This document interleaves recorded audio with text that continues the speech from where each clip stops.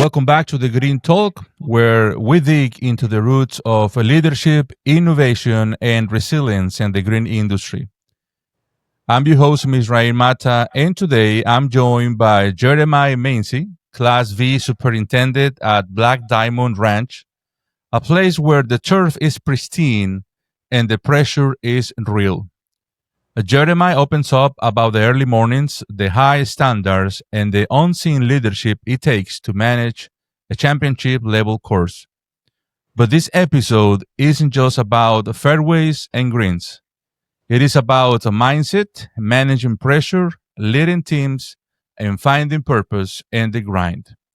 So whether you're pushing mowers, managing crews, or making strategic decisions from the office, this episode will have something for you. Jeremiah, welcome to the podcast. How you doing today? I'm doing good. How about yourself?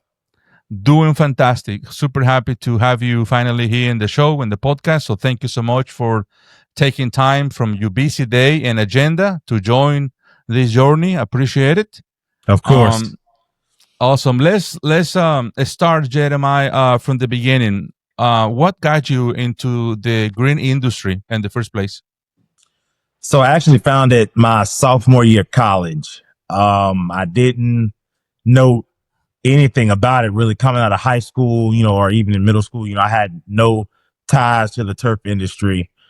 And so sophomore year of college, it was time to, look for a job. And, my parents had got me a car, so I had to have food on the table and gas in the car. So, I went on the university website, looking for a bunch of jobs. I refused to do anything inside. I grew up outside, so it had to be an outside job. And so that's when I came across the golf course job. So I started there. The first couple months I was working 1 to 3 o'clock in the afternoons on Tuesdays and Thursdays.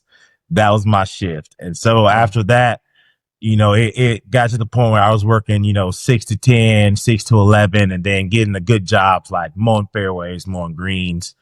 And so after a couple of years working there, I decided, this was something I could do long term. So at that point, it was like, okay, where do I go from here? So I had a conversation with my superintendent at the time, Patrick Reinhardt, and we talked about internships, turf degrees, the whole 9 yards. And so summer of 2020, COVID hit. So I was supposed to do an internship at Secession Golf Club in South Carolina. Really looking forward to it, but that got canceled. So I did another summer at Georgia Southern University Golf Course. And then that winter going into 2021, I was really looking for an internship. And so looking on TurfNet, I came across the internship posting for Atlanta Athletic Club. And that year they were hosting the KPMG. At that point, I had no idea what I was getting myself into. I didn't know what was entailed in tournament golf. And so, summertime came and it was time to start. So I moved in, and my first day, so Mondays we were closed and we worked 7 to 7. My first day, I walked into the shop at 6:30, and the senior assistant looked at me and said, "You're late." And I was like, Wow. okay, this is a different ball game compared to, the public course I came from. So it was a different mindset and a different set of standards that I was accustomed to. And to be honest, it was a baptism by fire. It was thrown straight into tournament golf, working, 14, 15, 16-hour days, a lot of spraying, a lot of the detail stuff that we had to get done, a lot of side laying. But I enjoyed every second of it. Honestly, sometimes I wish I can go back and do it again. I still, reach out to the people I did my internship with. I still keep in touch with, the assistants that were there. And then once I left there, I actually had the opportunity to go back to the Georgia Southern University Golf Course. That was my first assistant job after my internship. And then went back to AAC as an assistant. And it's been kind of, moving up the ladder ever since then. Awesome, man. Great story. Thank you for sharing that. And do you mention about a superintendent? There was like someone specifically or something specifically that influenced you early on back in the day to keep going? Yeah. My first superintendent, I worked for Patrick. as a college kid, he had his ways of doing things. And as college kids, we're thinking, oh, he's doing too much or that's not necessary. And we just thought that he was just being too hard on us, but then looking back, it was like he had his certain ways of doing things. He was very detail oriented. And I credit him to how I am today because I'm the exact same way, detail oriented. You can't overlook the small stuff. And he's really the person that kind of gave me that first push into the industry. And to this day, I still keep in touch with him. I actually just talked to him earlier this week. But yeah, he's the one that I credit, a lot of what I know and what I've learned and kind of my start into the turf industry. That's awesome, man. That's awesome. Really, really nice. And all this time, and going back, there was a moment where you say you realize and say, "This is what I really want to do." You want Yeah. to share that with us? So I went into college. I was hoping to get an exercise science degree because I grew up playing sports, so I wanted to be near sports. And then after my junior year, I was just like, I can't really do this anymore. I don't really have the passion for it. So I ended up graduating with a degree in business. But, once I got into fully the turf industry and not just working on a golf course, but actually wanting to move up, it was like, okay, there's a lot that goes into this. And once I realized that, I went to Google, did all the research I could. And once I realized that, it was like, I'm going to dive into this, full steam ahead and kind of see where it takes me. And I'd say it's taken me, pretty far early on in my career. That's great, man. Great. So good. Glad to hear that. And just for the good of our listeners, including myself, for the people who don't know the full scope of the role, your role. So, what does a day at Black Diamond Ranch looks like for Jeremiah? So for me, so we start at 6 o'clock every day. So I'm normally there about 5:30, 5:35. I'm one of the first guys there, me and my mechanic. And then I go inside, make sure my job board is tidied up. And then if we're spraying something or doing any kind of application, I get that squared away, get the chemicals pulled out by the sprayer, get with the spray tech, make sure he's good with what we're spraying. And then I'm opening up the, bay doors, talking with the mechanic, kind of chit chatting, letting him know what's going on, asking him what he's got planned, pulling mowers out as needed. And then once 6 o'clock hits, we do the morning meeting. Everybody gets started. And then if I'm having to spray, I'm mixing up, getting ready to go spray. But most days I'm going out, right behind the crew, keeping an eye on them, not too close, don't want to be micromanaging them, letting them do their job, but checking greens, checking moisture, making sure being the last person through the hole, being the last line of defense before a play gets there. So if, a bunker needs to be re-raked or a pin needs to be recut or there are clippings on the green, I'm the one that'll catch that before the members catch it.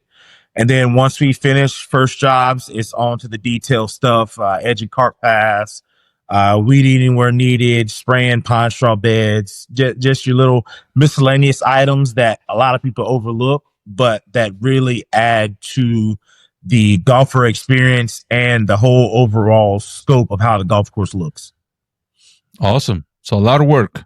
A lot of work, and most days not enough people, but we get it done. We're rocking and rolling. Normally, at what time your day ends at the golf course? So we have two different, I guess you wouldn't say shifts, but how it works for the guys are if you work in the weekend, you leave at 2:30. But if you're off for the weekend, you leave at 3 o'clock. I'm normally leaving about 3 o'clock, 3:15. So that's pretty much, about 5:30 to 3:15 is normally my day. No, yeah, definitely. It's a lot of time, but worth it for sure. Seeing the good results after a hard work day. So let's move on into, we're talking about all the work you guys do, and that comes with a lot of pressure, but also at the same time with purpose. So lately, personally, I've been thinking a lot about motivation. especially in jobs like yours, mine, where things can feel repetitive and the pressure is high, but the price is rare. So, what drives you to give your best every day, especially when things don't go as planned? So for me, I have a mindset that failure is not an option. Whether no matter what that entails, I refuse to fail. So that's kind of my motivation, and I want to succeed at a high level. And in order to do that, you have to be willing to put in the hours, put in the work, network with the right people.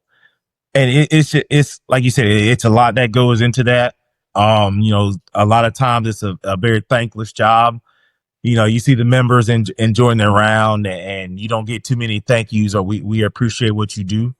But like I said, my motivation is just I refuse to fail. I see, especially on social media and all the networking I've done, guys who are in the position that I want to someday be in, a superintendent at a high level club or a director of agronomy at a high level club. And in order to do that, you have to stay motivated. You have to stay dedicated and committed to the job.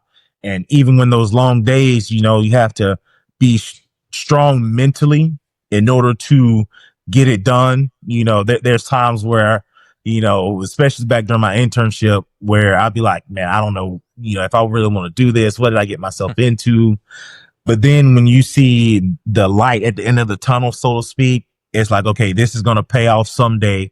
I just have to stay patient and wait for that day to come. And then when the opportunity arises, jump on it full force and make the most of it. Yeah, awesome. So after a really tough day, you have your mentality, your mindset there up and running, you got your teams, but some days it's just, crazy, really rough. How do you reset after a really tough day? That's a good question. A lot of people, reset in their different ways, where they come home and go to the pool or, crack a cold beer or something like that.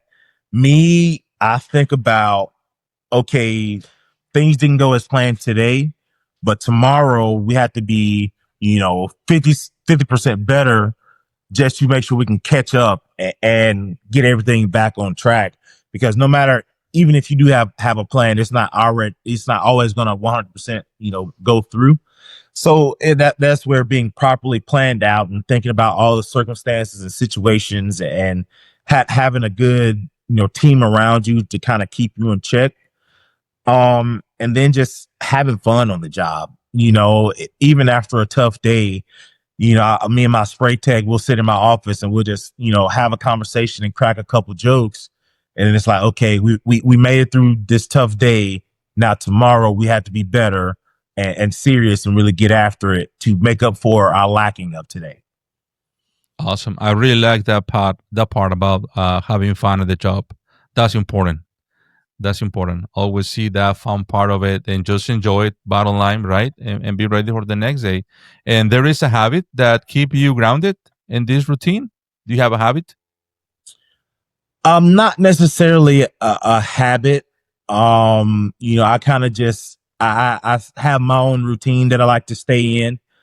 And it's just, like I said, refusing to fail kind of keeps me grounded in that mentality of, okay, you got to keep being better and better and better. And I mean, that's pretty much it. I don't really, outside of work, I don't really get into too much. So I kind of, it's, I'm only 27.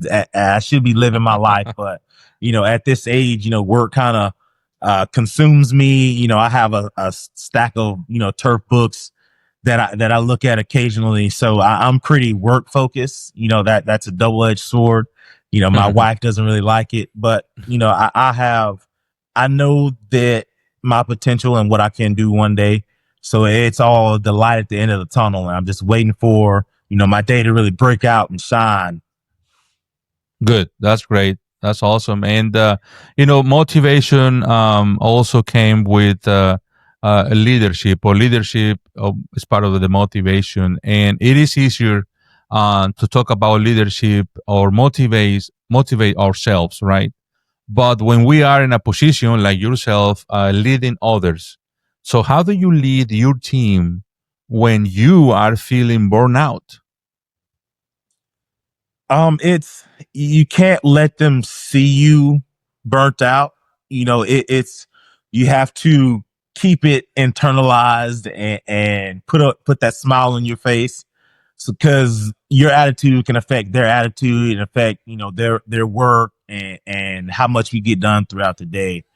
But it's also knowing everybody's personalities and how people mesh well with each other and keeping constant communication with the crew guys and asking them about their day, kind of making conversation outside of work. So that way it's just not feeling like the constant cycle of, here we go again. We're at work. What are we doing? Oh, I'm mowing rough or I'm raking bunkers, da da da da. But it's keeping the guys engaged, even when I'm not necessarily feeling 100% engaged. I'm just one person, but if I can keep, 10, 15 guys engaged and motivated, then that uplifts my mood and ultimately makes me a better person, for that day, but also, long term. Yeah, yeah, 100%. And you mentioned it already about different personalities between your team. But talking more specifically about your approach when become management, people with different personalities, work ethics, and expectations. What's your approach to that situation? Um, Mainly communication, knowing how to communicate, not only communicate, but communicate properly to the guys. Not I'm not one to just yell and scream when something goes wrong. If a mistake happens, just kind of reassure them like, hey, I've been in the same position before. This is how to fix that. Let's learn from this mistake so we don't make that same mistake again. And then, as I mentioned, knowing everybody's personalities, knowing, this person may have something going on at home. So if I can, hey, everything good. If not, have a conversation with them about it, reassure them that, if you need to take a day off away from work, kind of deal with yourself. At the end of the day, work's going to be here, so you have to make sure this job doesn't burn you out because it can very quickly if you allow it to.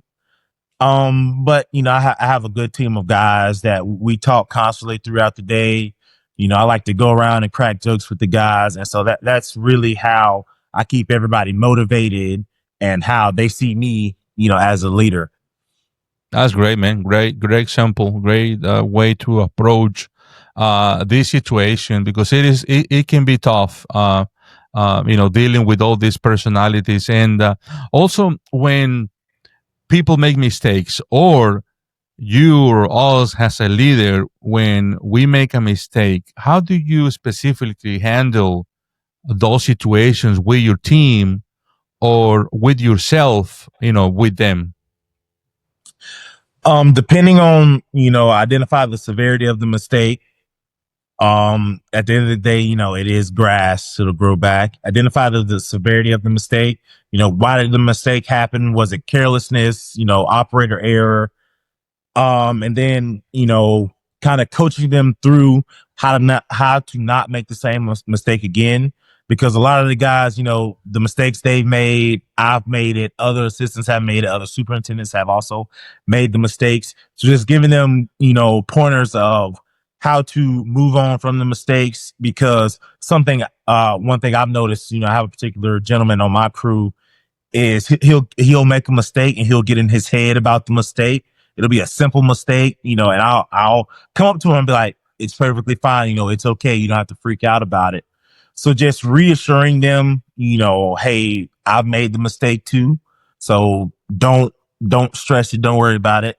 It's funny because just yesterday, I think it was yesterday afternoon, I was air frying approaches and I hit an irrigation head with the 648. You would think a superintendent would know not to hit an irrigation head, but it happens. It's a Happens. mistake. Accidents happen. I told my irrigation tech, and we laughed about it. He went and took a look, and we don't even have to replace the head because it just barely nicked the casing. So situations like that, you have to, see both sides of it, see the good out of it. Of course, there are more severe mistakes, but freaking out and overreacting is never really a good mindset to have, because at that point you just almost making a fool out of yourself, freaking out about the mistake, because then you're not really making rational decisions of how to fix the mistake. It's all about yelling, and as sometimes it can come off as belittling somebody.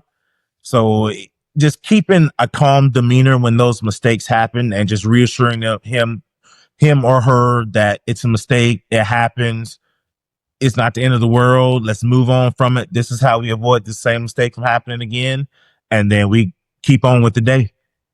Yeah, we're humans. We make mistakes, Pretty much. and and we are in an industry with, like we mentioned earlier, a lot of pressure, a lot of things going on, and mistakes is going to happen. But reacting, no, or not overreacting, like you mentioned, that's a key, and make the team members feel comfortable.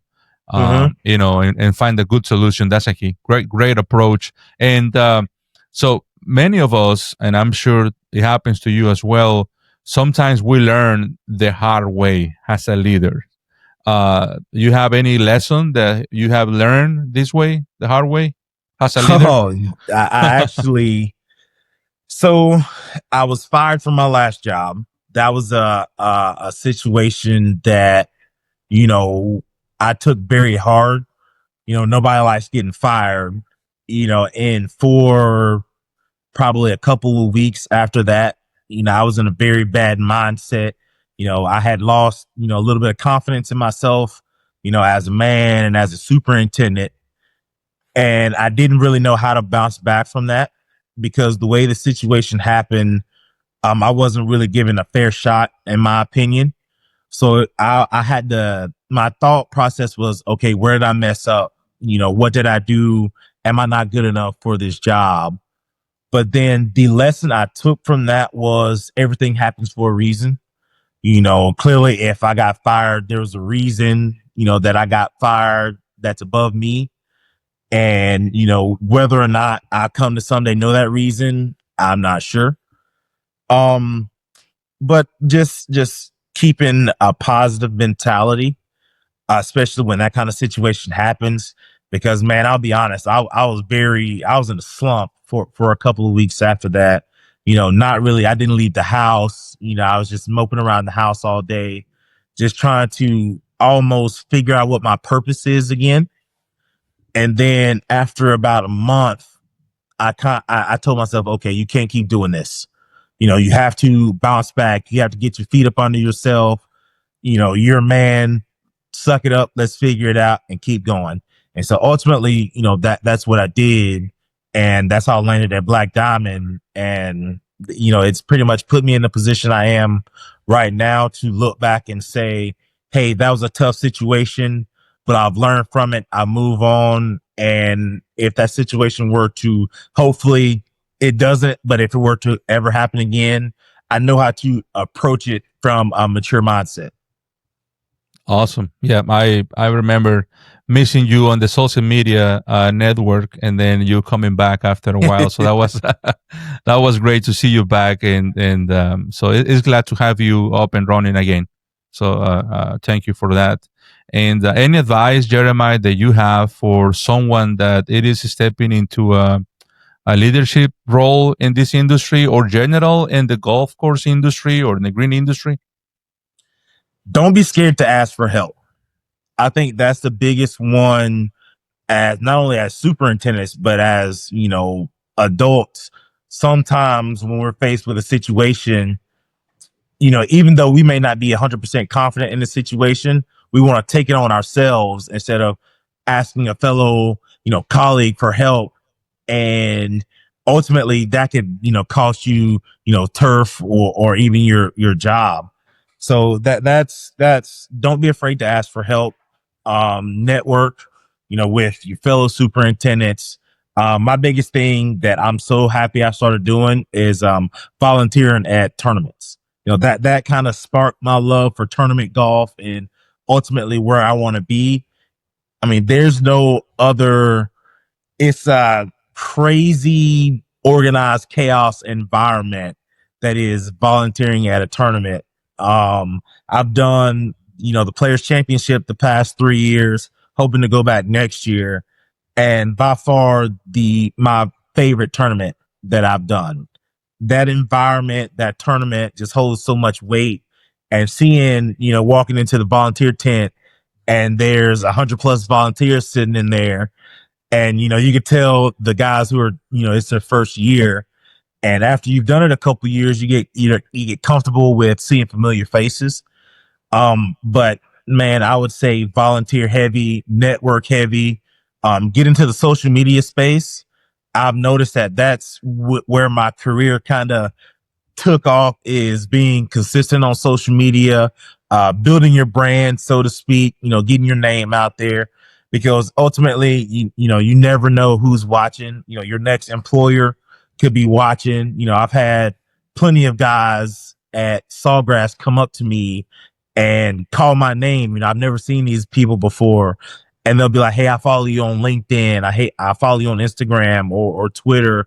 I love what you post." And then they'll shake my hand, and you get like almost like a butterfly feeling in your stomach because it's like, okay, people recognize me from social media. So there's a I could go on and on, but I think those are the few things that I would highly stress to somebody getting into it are those few items.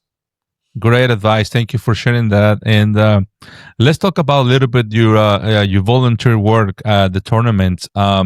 Actually, last year, 2024, I have this video saved on my Twitter or X profile from Jeff Plott. It was on a Sunday, a routine in the morning, and actually you in this video, you passed by, entering the tent, and he kind of just get you a pump in the back, and I really liked the way he approached the team, and he mentioned it. I have it right here. Like the way he talked to them or to you all. He talked about, let's have a good championship, etc., and say, go out there, just do your magic, be perfect. Man, I love that quote, and I use it many times with my team when I really want them to kind of do their magic. I use that quote, said, let's go out there, do your magic, be perfect. Do you want to talk a little bit more about your experience in these tournaments? Helping them kind of volunteering? So that tournament in particular, so I'll preface this by saying the first superintendent I worked for, Patrick Reinhardt, is actually the stadium course superintendent now at Sawgrass. Okay. So he was kind of my foot in the door into volunteering there. And so my first year, you're nervous. There's a whole bunch of new faces you've never seen before. So you're not sure if you're going to have fun or how the week's going to go. And then I was in bunkers my first year. Sawgrass has some gigantic bunkers, but I enjoyed every second of raking bunkers that week. And then after the morning shift, going to watch golf and then coming back for the evening shift. I mean, that whole atmosphere of volunteering and being around other like-minded individuals, you learn so much, not just professionally, but personally. You learn about other people, yourself, and then specifically Jeff Plotz. He is a phenomenal person. I sat down at his table last year and we talked for probably about 30 minutes, just about, my career and his career and how he's enjoyed, hosting the Players Championship. And man, it is just, you almost can't put it into words, that environment. It's one of those instances where you have to be in it to fully grasp the concept of, tournament golf, because it can look very hectic. I'm not sure if you've seen the videos of all the carts rolling out in the mornings or going out for the evening shifts, and you're looking around and you're like, man, this is a lot of people, for the Sawgrass management staff to keep up with. But then you realize that they've trained their staff and their management staff. This is what they wait all year for. This is what they prepare for. And seeing the focus and the preparation and how phenomenal the golf course looks. I mean, there's no better feeling than that tournament. And then the first outside of the KPMG, the first tournament I actually volunteered at was the Tour Championship in Eastlake. Two completely different beasts. That tournament is 30 players, laid back. My alarm wasn't going off at 3:30 there. It was going off at 5:00. Start time at 6:00. So, but the principle still remains the same. You're having fun. I was mowing approaches at the Tour Championship with one of their guys, and you're meeting all these different people from different walks of life, learning their backgrounds and, talking about, oh, you have kids, what are your kids' names and how long have you been working on the golf course and those kinds of different things. And it's just so much to learn, personally and professionally. In that tournament, there's people from the UK. You ask them, hey, how do you do this, and this at your golf course? And it could be vastly different. The things they do over there, we may say, oh, we'd never do this over here. But to them, that's the norm. So it's always fun getting to chat with other people, pick their brains, learn how they run their staff, their maintenance operations, what cultural practices they do, how their membership reacts to their cultural practices. There's a lot that can be said and learned, throughout the tournament atmosphere. Jeff actually has a table at the front of the volunteer tent near the podium where the older guys sit, and he calls it the table of the Golden Knights. And it's a table full of guys that you can sit for hours and just listen to their wisdom, things they've done, things they've tried, places they've been. And I actually had one of the guys from Penn State. He was talking to me about it. He was nervous to go over there. And Jeff Plotz had just sat down at the table. I kind of nudged him. I said, hey, now's your opportunity to go over there. And once he got over there and got comfortable and got out of his shell, because he's 18, 19 years old, talking to titans in the industry, so to speak, that can make you nervous and kind of weaken the knees a little bit. But once he got over there, I think he spent probably an hour and a half over there, just nonstop conversation. And so after he comes back to the table, he's just all smiles. He's like, man, that's the best conversation I've ever had. And I was like, all you gotta do is get out of your shell, go talk to people. They're the table of the Golden Knights for a reason. There's so much to be learned at that table. You have to take advantage of it. Definitely. Yeah, for sure. Networking, participating in these events opens your mind and definitely make you a better professional and also a better human being, for sure. Be able to absorb all the knowledge and experience for these people. I mean, if only for myself, just watching these videos, I feel like I was there and I got a lot. So I can't imagine just being there at the table with Jeff. That would be a really great thing to be on. Thank you for sharing those experiences. So, Jeremiah, what do you think about the future of the industry? Where you think the green industry in general, golf course, is heading, and what really excites you the most? Honestly, there's a very, very bright future for, the turf industry. I can't count how many new golf courses are being built all around the country. There's a couple down here in Florida, Tennessee, South Carolina, Georgia. So there's endless opportunities to, be assistants at great clubs and be superintendents at great clubs and directors. So it's a lot, especially for the younger guys getting into it. It can seem pretty drastic if you don't have a good team of people around you to kind of keep your head on straight and keep you motivated, but very, very bright future. I'll speak for me personally. I have, very high goals and high, standards for myself. So with, what I see, all of the new constructions and, PGA tournaments and those sorts of things, golf isn't going anywhere anytime soon. So if you can hang tight, I mean, it's going to explode, and there'll be golf courses in places that haven't had golf courses before. So, for the younger guys, get into it and take it full force and take advantage of it. Yeah, it is promising for sure. The future of the industry. There is any side of the technology part of the industry that you are using in your golf course at the moment? Auto mowers or AI softwares, anything like that? So we demoed the Firefly autonomous fairway mower at Black Diamond. Mhm. We didn't end up purchasing it, but when I was at Atlanta Athletic Club, we had the GS3 ball for stamping and data collection. And just being in that environment of collecting data, you don't really know how much it affects your day to day until you're actually doing it. We were doing clipping yield, stamping, firmness, smoothness, trueness, all those kinds of things.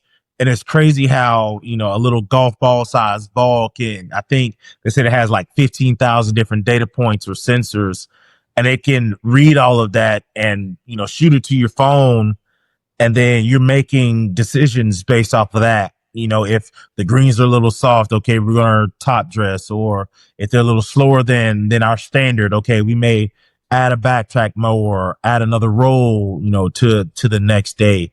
And honestly, I think there's a lot to be said about, technology and like the autonomous mowers, and we use GPS sprayers at AAC.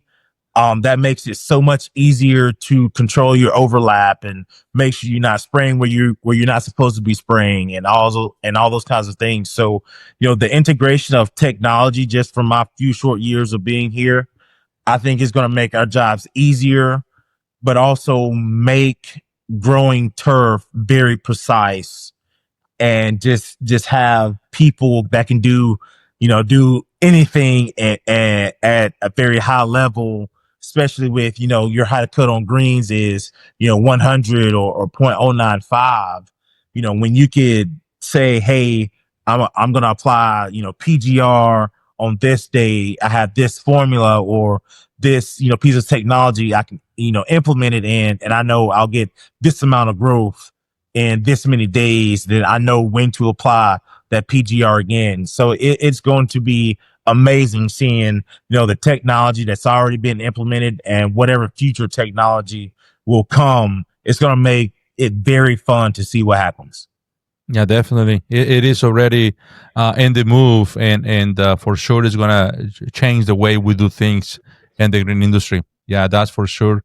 So, Jeremiah, I'm sorry. If you could go back and give your younger self one piece of advice, what will it be? Get into the turf industry sooner. I feel like, although I'm still young, a young superintendent, I should have gotten into it a lot sooner. I could have done, to how I look at my career. I feel like I'm behind in a way, although other people may not see it that way. But that's the one piece of advice, that if I could go back, to when I was just starting college, or, when I first started working on the golf course, go ahead and get into it. I wish I could have, done 2 or 3 internships, and, done more tournaments. But, unfortunately, time travel doesn't exist. So Yeah. I'm looking forward to the future, and kind of striving to, the level of success I want to attain. And ultimately the decisions I made, 3, 4 years ago will affect me long term. That's why I'm being strategic with every decision, always striving to be better, and being the best version of myself professionally and personally.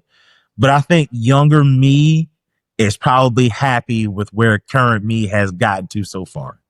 That's awesome, man. That's great. Yeah, good to hear that one. And what keep you really passionate about the work you're doing? Like, you already talk about some things not so good in the past.